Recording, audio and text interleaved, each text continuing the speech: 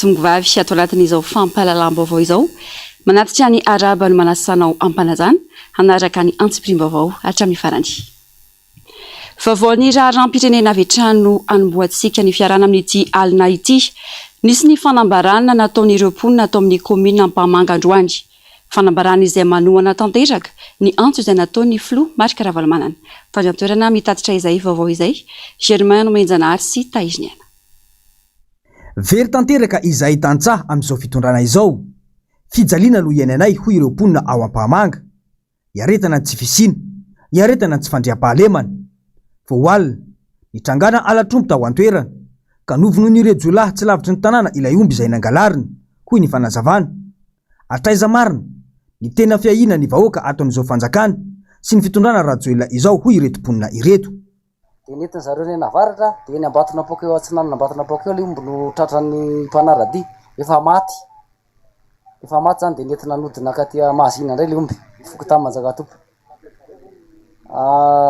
Filazana zareo zany hoe kelikely sa tafajanona zany le hena. Dia sozeny zareo zany le izy. Zay no zavatra nisy tamin'ny alina aloha dia ny azo atao dia hoe mangataka amin'ny fitondram-panjakana ihany zany fanampy amin'ny vahoaka madinika aty ambanivohitra amin'izany fangalaran'omby sy ny karazan'izany fa tena mijalina vahoaka madinika zany hoe Fokotany 400 ny komina Ampamanga ankiray dia fokotany 400. Raha minimino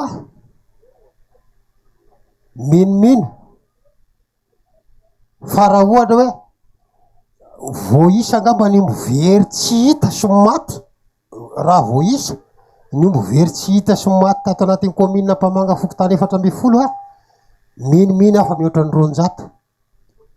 Raha kely indrindra ny hita moa dia fambasoran'Andriamanitra ary ny tsy hita ary voafako maly ao fokotanay ao amin'ny ilay fokotanay ao amin'ny Antsaty aloha voafako maly mbola nisy alatromby ihany indray lany zalambany taolana lay izy dia tena maharary ary tena maharary nefa ny zavatra tena mampalahelo vatika efatra ny bokon'omby Sampam-pianajanaky ao ary mbola 5 zao ny zanako hitsofoka ao mijely letrena atsy nefany tady irodana takany 20 kilao sa mahery kely le varina alohanay amin'ny mpampianatra firamina.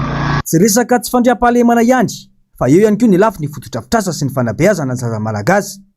Tsy tazan'ny fanjakana rehefa mponina ambanivohitra ho hiatrany izy ireo.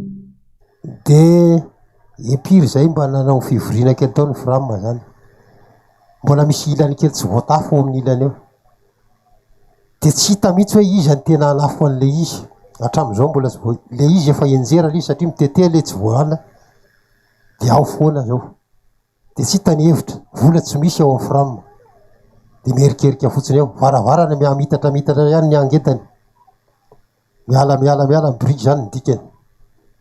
Dia ny tena zavatra tena mampalahelo hoe aty aminay aty ao amin'ny ilany atsinanana any aminay ilany atsinanana na ray ara tsisy nahazo an'izany ny mpianatra sekoly any amin'ny atao hoe farafakely any amin'ny 10 no any an-tampony atsinanana na sekoly ray ara tsy mba nisy nahazo an'izany.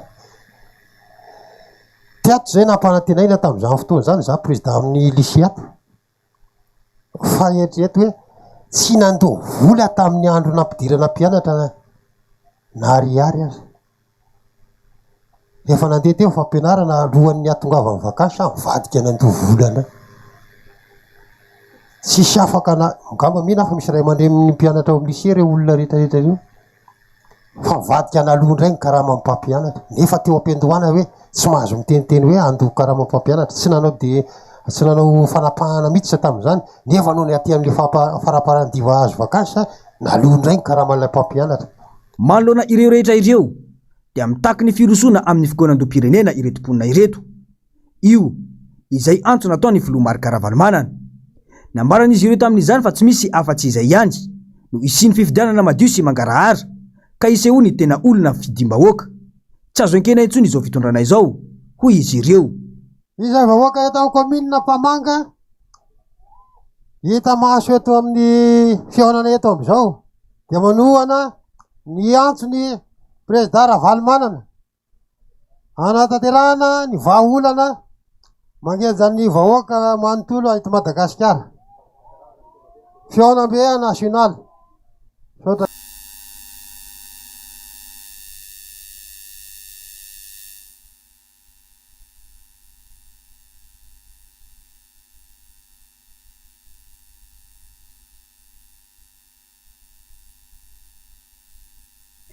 Fotoana isainantsika izao, mila antsika mijoro ny firenena.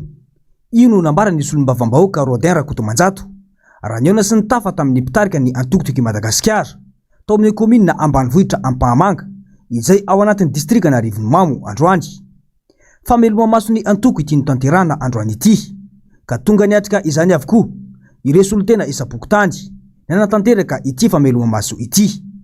Isika izao ihany no anavitra ny firenena hoy ny avatra mafonja avy amin'ny solombavam-bahoaka.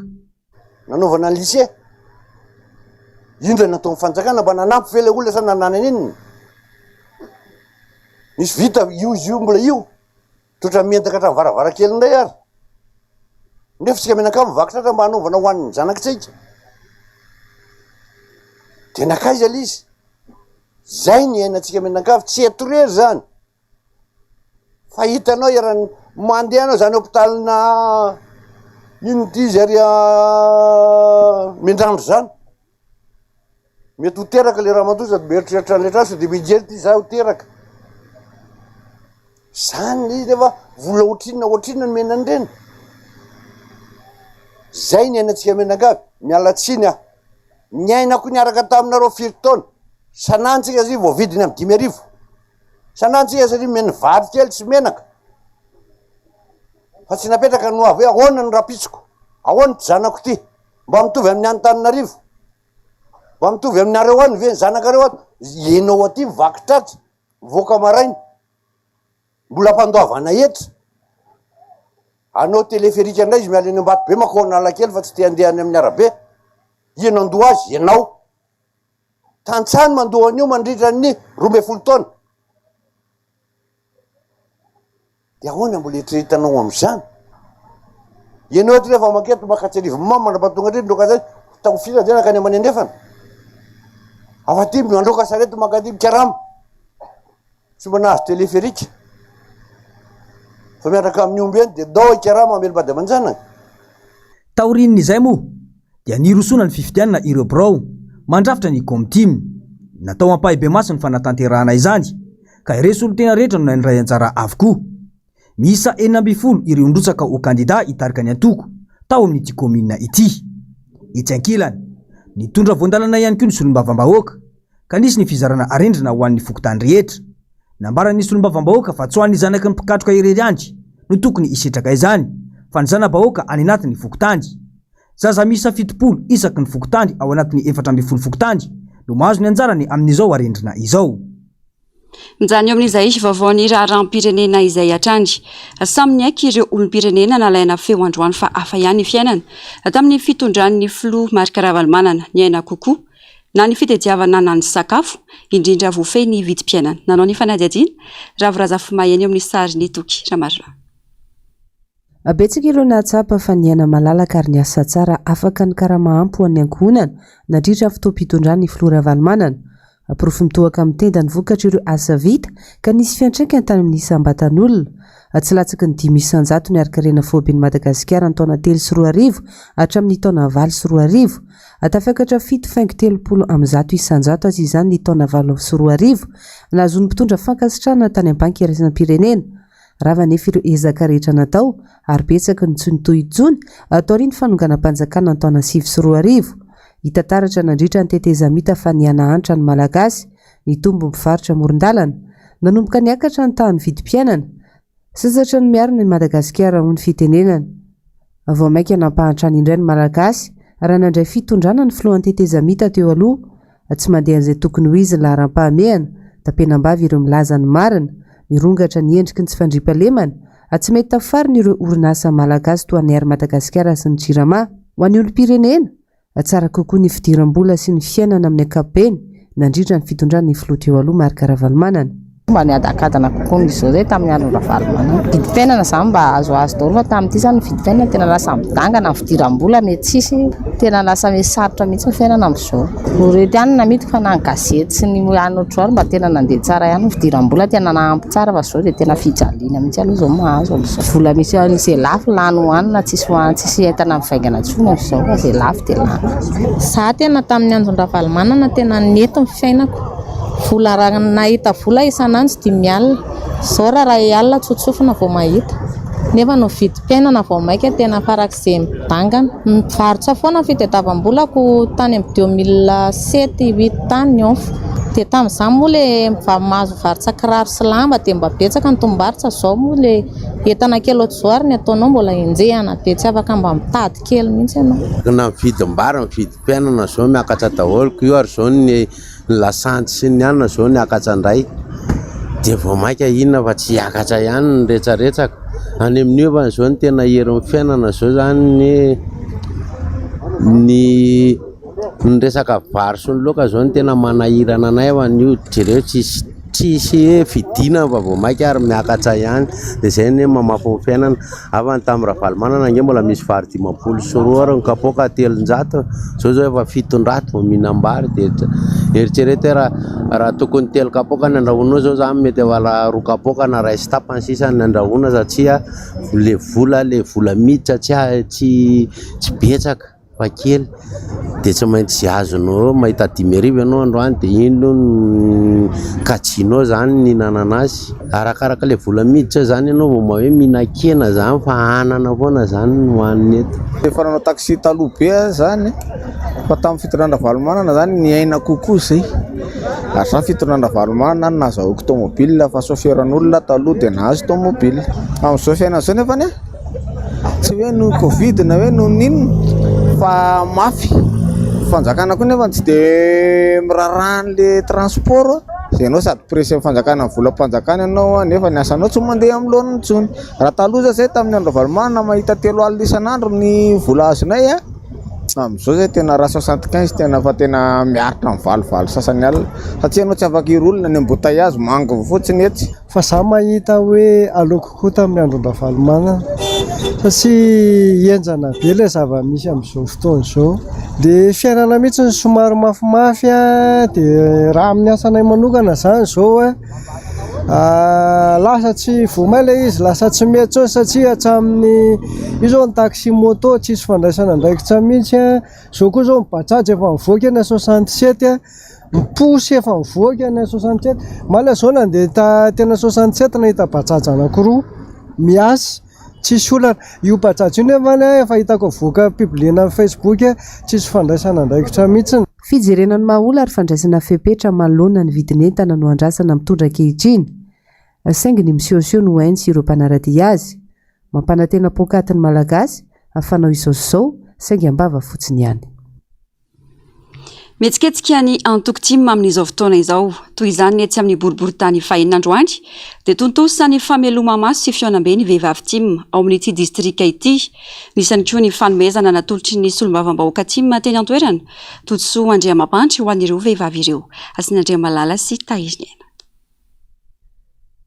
tafatambatra indray ny hery androany ho an'ny vehivavy tima etsambomanarina ary vonina ny bata fandresena ho an'ny antoko amin'ny fifidianana mifanesy rehetra ho avy eto Madagasikara.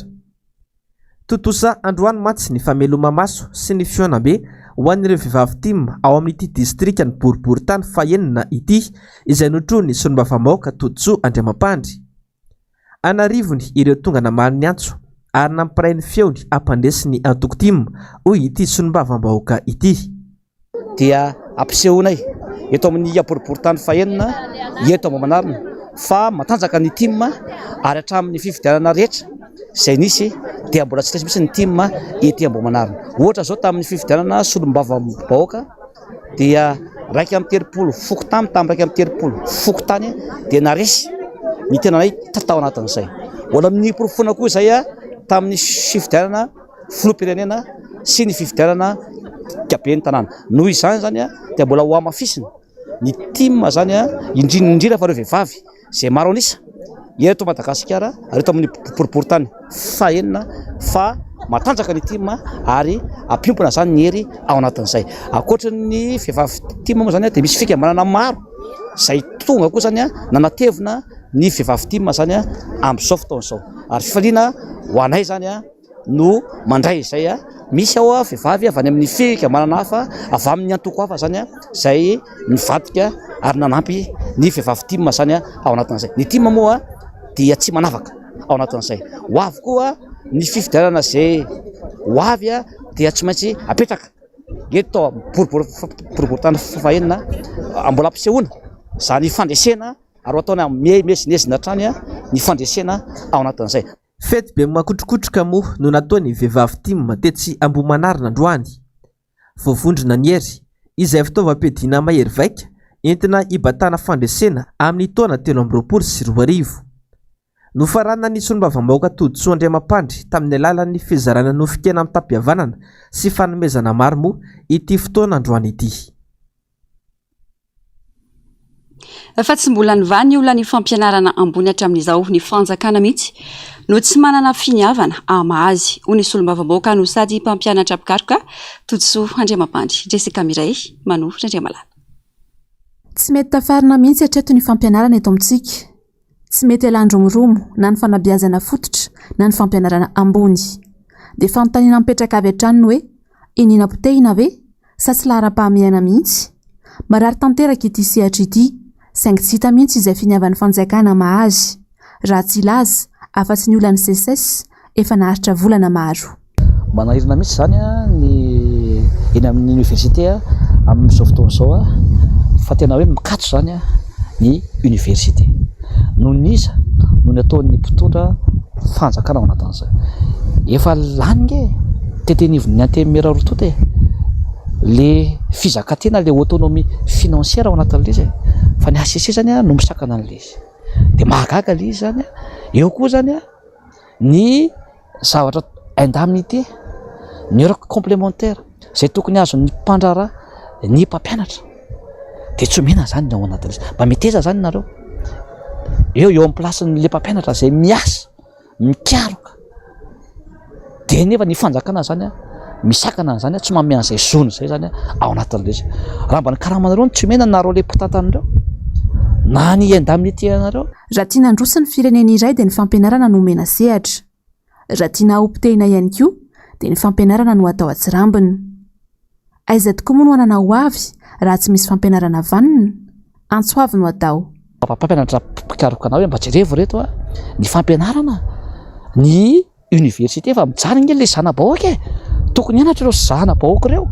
Ny zanakareo alefanareo any an-dafy daholo ny zanaky ny mpitondra ao anatin'izay. Ohatra izay koa ny ministèren'ny fanabeazam-pirenena mba jerevo ny vacation ny mpampianatra ny subvention. Tsara ny mampahafantatra toy izao ny antontanisany voaka farany mikasika ny fialan-andaharana ny an-dakilasy ho an'i Madagasikara ny taona 2024. Efa polisan-jato ho an'ny latsaky ny 5 taona. Izany hoe manodidina ny 913 hetsy. Tafiakatra polisan-jato kosa izany eny amin'ny lycée. Izany hoe tanora manodidina ny iray faingo 4 tapitrisa. Manodidina izay vavaon'ny fampianarana izay hatrany. Ny voakary nahazo maro mpankasitrahana androany tanora manodidina ny 50 nahazo fampiofanana informatika tao Ambohimanarina. Etsika izay no karakarain'ny tanora tima avy ao Ambohimanarina. Mbola Jessica Miray sy manofy Andriamalala hatrany. Amanjato ny tanora niatrika ny fampiofanana nomen'ny tanora tima teto Ambohimanarina mikasika ny informatika. Manodidina ny 50 kosa ny nahazo maro mpankasitrahana ho an'ny androany. Mamaimpona tanteraka ny fiofanana. Esika izay no karakarain'ny tanora tima avy eto Ambohimanarina. Informatika aloha no zao hitantsika zao fa maro ireo tetikasa izay karakarain'ny tanora Analamanga sy ny tanora Ambohimanarina dia eo ny fampianarana maimaim-pona resaka anglais, eo koa ny fampianarana kabary ary tsy adino ihany koa ny amin'izao fotoana izao moa dia sahirana ny ankizy mitady asa amin'izao fotoana izao ka nanana sosia hevitra zay hoe ampiofana momba ny call center. Efa maro moa ireo ankizy ireo nianatra amin'ny call center andia amin'ny voalohany amin'izao fotoana izao dia izahay manana mpiara-miombina antoka ahafahanay mandefa an'izay tafavoaka amin'io sehatra io. Eo koa kanefa ny famoronanay boaty ahafahan'ireo ankizy tonga dia zay tafavoaka amin'ny fampiofanana dia tonga dia miditra avy hatrany ao amin'ny boaty izay sokafanay. Tsy informatika irery ihany, maro ny fampiofanana omeny ity mety Analamanga, natao hanampiana ny tanora amin'ny fitadiavana asa. Tsara ny manamarika fa maimpoana avokoa ny fiofanana.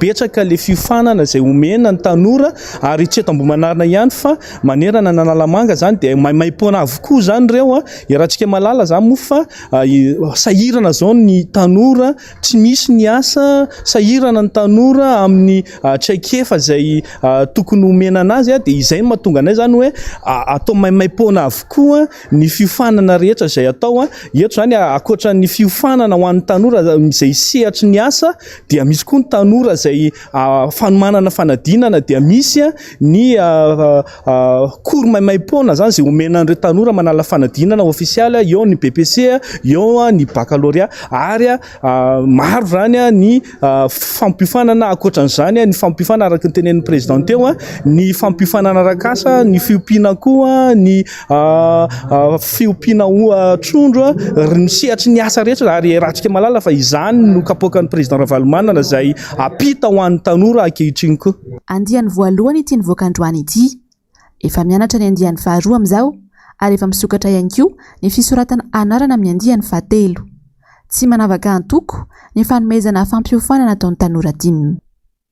Pejiny sosialy kosa indray nampiseho ny alahelo ny androany ireo mponina tetsy Soavimasoandro noho ny etraketraky ny orinasa Jirama. Tsy voavaha ny fanjakana mihitsy ny olona goavana mianjady amin'ny vahoaka ka miantso ny vahoaka ho tonga saina ireo mponina raha nanao fitokonana androany. Asin'Andriamalala sy Tairena no mitatitra izay vaovao izay. Manomboka mifony atezeram-bahoaka ankehitriny manoloana ny tsy fahitany ekipany Andrajoelina vahaolana maritra momba ny délestage na ny fatapahan-jiro lavareny eto Andrenivohitra sy ny faritra sasatsasany manerana any Madagasikara. Sy fotoana nitondrana any Madagasikara izay Andrajoelina raha atambatra ny tamin'ny tetezamita 5 taona sy ny taoriana ny 2024 mandrakitiny androany. Tsy hita izay nataon'ny filoham-pirenena izay milaza fa mambahoaka ity fa lany andro amin'ny fampiratiana makety sy fampatoriana mitsangana ny vahoaka ka tsy hita izay vahaolana netiny amin'ity délestage efa ho lava ity. Androany dia hita sy tsapa fa manomboka mifo amin'ny torimasony ny atezeram-bahoaka toy ity tetsy Soavimasoandro ity. Reny mpianakaviana malagasy ohatranareo dia mangataka anareo tsirairay avy izay maheno an'izao zavatra izao mitsangana efa tsy rarony intsony. Raha tena mahatsapa fa hoe reny mpianakaviana mahafantatra an'izany hoe tokantrano izany dia mangataka mifoaza ary malagasy. Izay ny zavatra angatahanay. Be dia be zavatra simba na telena inona dia ny asanay izany simba. Volan'olona efa raisina nefa ny zavatra tsy vita. Dia izay zavatra izay izany tena miatraika be amin'ny fiainanay izay manana zanaka, mampiana zanaka. Dia tena misy fiatraikany ataoko angamba fa be dia be ireo ny namana tokony samy teny daholo. Ny namanokana izany izao ny anahy gâteau ny anahy mpikarakara mariage. Indrindra sabotsy izany tsy tokony ho tapahana. Izay mahita faritra mahafantatra dia nasy tsy mba tapaka izany. Tena tsisy fiafarany ilay fa isan'andro izany dia izay ihany 3 isan'andro dia adiny 3. Mitsonika izany ny ananay, misy mpivarotra yaourt zao ampitanay fa tena maimbo, tena tsisy ilana anazy. Jus, coiffure etsy akaikinay etsy mitovy daholo. Dia tena mba mangataka hoe mba vaovao fa tena mijaly be. Nefa ny facture ny jiro mitovy ihany fa tsisy hoe mba mihena raha ohatra ka tapaka ilay izy. Raha nisy ny nanenjehany Andrajoelina mafy dia mafy ireo mpitondra ny fandimby teo aloha dia io resaka Jirama io. Ankehitriny ny vahoaka malagasy no mitsara azy sy ny vavana taony tamin'ny fampelezan-kevitra momba ny kalitao amin'ny tolotry ny Jirama io. 7 taona izay Andrajoelina nitondrany Madagasikara. Tsy mba hita mihitsy na dia kely ary ny ezaka nataony sy ny mpiara-miasa aminy isorohana ny délestage. Soloina trany ny talia jeneraly ny Jirama sy ny minisitry ny angovo fa ny eo ihany ny eo. Fivoriana ambony latabatra sy fampiantsoana mpanao gazety isak'izay mihetsika ary fialan-tsiny lava ary fandrindrana fatapahan-jiro sisa no any ataony ny fitondrana sy ny Jirama. Izany rehetra izany no mitarika ny olona hitroatra sy aneo ny tsy fahafaliany toy ilay tetsy Itosy ny alakamisy alina lasa teo sy ity tetsy Soavimasoandro androany ity. Fanodimandry Androany maraina teo amin'ny 17 taona ny Rabiarson Roland Dieudonné na Ivaombe mpanakanto isan'ny loha natao anatin'ny mozika rock sy ny blues izy fony fahavelony ary isan'ny nampalaza azy ihany koa ny teo amin'ny sehatry ny zavakanto ankoatra izay dia fantatra teo amin'ny sehatry ny Ayad Karate ihany koa ny tenany olony fiarahamonina tamin'ny alalan'ireo fampianarana sy fizarana nataony amin'ny fampivoarana ny mahaolona Ivaombe ary naneho ny fitiavany tanindrazana tamin'ny alalan'ny fidirana teo amin'ny sehatry ny politika ihany koa anisan'ireo kandida ny rotsaka hovidiana filoham-pirenena tamin'ny taona 2024 ihany koa ny tenany izay eto amin'ny fahitalavitry ny NBS dia mirary fionona feno ho an'ny fianakavidy. Fa ivadika lafim-baovao hafa tanteraka isika ato anatin'ity fanadihadiana manaraka ity. Ao anatin'ny fankalazana ny iray volany teny malagasy. Nilaza ny mpampianatra kabary sady mpanabe fa sarotra ny fehezana ny teny malagasy atao anatin'izao fanatontoloana izao. Voagejany fandrosoan'ny teknôlôjia isika kanefa tsy mahafehy ihany koa ny teny indreny. Ravorazafy mahenina toky Ramarola. Mivoatra isan'andro ny teknôlôjia manerana izao tontolo izao. Manaraka izany ny fivoaran'ireo boky atotan-kevitra samihafa amina karazana tenim-pirenena. Taraoriana nefa i Madagasikara raha resaka vaky-boky teny malagasy no resahina. Sary ny kolontsaina vahiny ny antsika ka mampanano sarotra ny fety tanteraka ny teny malagasy raha tsy ny fanjakana no manana fahavononana anentana sy ampianatra ny rehetra andalina bebe kokoa ny kolontsaina malagasy dia ny any an-tsekoly. Ny vahiny rehefa manatonta boky dia mora ny anazy ny fanatontany boky. Zany hoe zany namoaka boky betsaka ary izy dia mazava ho azy matanjaka izy zany anatin'ny resaka atosika hoe boky. Eto tanintsika Madagasikara nefany dia tena sarotra indrindra no manatonta boky eto amin'ny teny malagasy eto amintsika nefa eo dia eo zany mahatonga marisarisa ny mpanoratra malagasy amoaka boky satria rehefa mamoaka boky izy ao anatin'izay dia vitsy ihany koa mpanjifa satria tsy arakaraky ny zavatra rehetra izay nataony tao anatin'io boky io rondohany lany tao amin'io ny hosarany nataony an'izay ary vitsy ny ty boky malagasy itsika malagasy zany amin'io. Fa ny teny vahiny indray zany boky amin'ny teny vahiny dia amin'ny mamora azy dia izao ny sekoly mihitsy no manoratra anarana boky teny vahiny fidiny ampianarana ho an'ny zanany. Taloha ny boky dia tena entanina mihitsy ny olona mamaky boky fa izao tsy misy olona mazoto na liana na misy ary efa vitsy isany no mamaky boky amin'izao fotoan'izao anatin'izay. Tokony hisy mihitsy zany ny avy any amin'ny ministera ny fanabeazana moa zany dia omena boky mihitsy na sy sokafana mihitsy ny sekoly isaky ny misy sekoly anankiray dia misy famakiam-boky mihitsy ao dia teny gasy mihitsy vatsiny zareo avany mihitsy ireo rehetra izao. Mazava rabetsaka no sady tsy mahafehy teny vahiny no tsy mahafehy teny malagasy ny ankamaroan'ny tanora. Azary lasa kolontsaina manimba ny soatoavana ny teknôlôjia raha tsy hay mampiasa azy amin'ny tokony ho izy. Ohatra ny fandefasana somesy ny resaka Facebook, azo atao nefa ny manabe ny zaza teny mbola kely ao an-trano asiany an-tsekoly ifeny teny reny.